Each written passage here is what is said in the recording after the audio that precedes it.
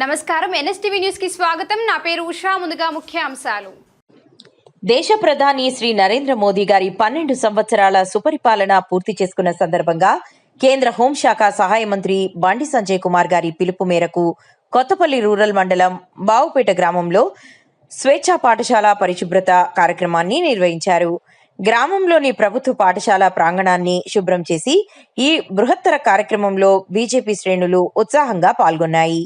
పాఠశాల ఆవరణలోని పిచ్చి మొక్కలను తొలగించి తరగతి గదులు, మైదానాన్ని పరిశుభ్రం చేశారు. కార్యక్రమంలో బావుపేట శక్తి కేంద్ర ఇన్ఛార్జ్ సోమినేని కరుణాకర్, అనిల్, బూత్ అధ్యక్షులు నేరల గంగారాం, మల్లం నాగరాజు, జిందం సుకుమార్, సందీప్, మనోజ్, అజయ్, రాములు, మల్లేశం, నవీన్, శివ, వీర, ధనంజయ్ తదితరులు పాల్గొన్నారు.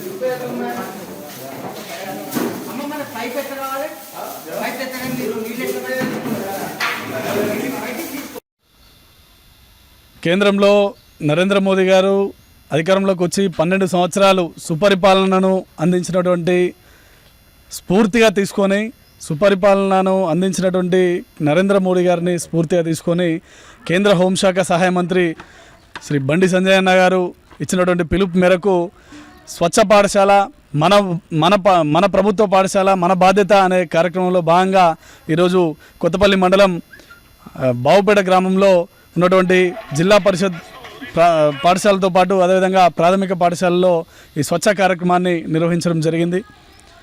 నరేంద్ర మోదీ గారు నిరంతరం మనకి సేవా కార్యక్రమాల ద్వారా సేవే పరమ లక్ష్యంగా సాగుతున్నటువంటి ముందుకు సాగుతూ ఉన్నారు. వారు అందరికి కూడా ఆదర్శప్రాయులు. కాబట్టి ఇవాళ భారతీయ జనతా పార్టీ కేవలం రాజకీయాలు ఎన్నికల వరకే పరిమితం కాకుండా సేవా కార్యక్రమాలని ముందుకు తీసుకెళ్తూ ఉంది. గతంలో మనం అనేక సందర్భాల్లో కూడా చూసినాం. ఇవాళ మన కేంద్ర హోంశాఖ సహాయ మంత్రి బండి సంజయ్ అన్న గారు విద్యార్థుల ఉజ్వల భవిష్యత్తు కోసము నిరంతరము అనేక కార్యక్రమాలను చేపడుతూ ఉన్నారు.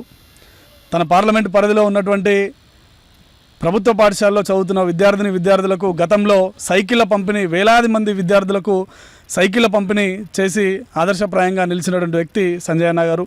అదేవిధంగా మరొక్కసారి కూడా ఈ విద్యా సంవత్సరంలో కూడా మంచి చదువుకొని మంచి ప్రభుత్వ పాఠశాలలో చదువుతున్నటువంటి 10వ తరగతి విద్యార్థులందరికీ కూడా తిరిగి మళ్ళీ సైకిళ్ళ పంపిణీ చేస్తానని హామీ ఇవ్వడం కూడా జరిగింది. కాబట్టి విద్యార్థుల యొక్క తల్లిదండ్రులను కోరేది ఒకటే, విద్యార్థులను మంచి భవిష్యత్తును వారి యొక్క ఉజ్వల భవిష్యత్తుకు అండగా ఉంటున్నటువంటి సంజయ్ అన్న గారికి ధన్యవాదాలు. అదేవిధంగా వారు ఎప్పుడు కూడా ఎల్లవెల్లా మనకు తోడుంటారు. కాబట్టి అందరూ కూడా పాఠశాలను ఉపయోగించుకొని అందరూ కూడా వారి ఉజ్వల భవిష్యత్తును తీర్చిదిద్దుకోవాలని చెప్పేసి ఈ సందర్భంగా కోరుతా ఉన్నాం.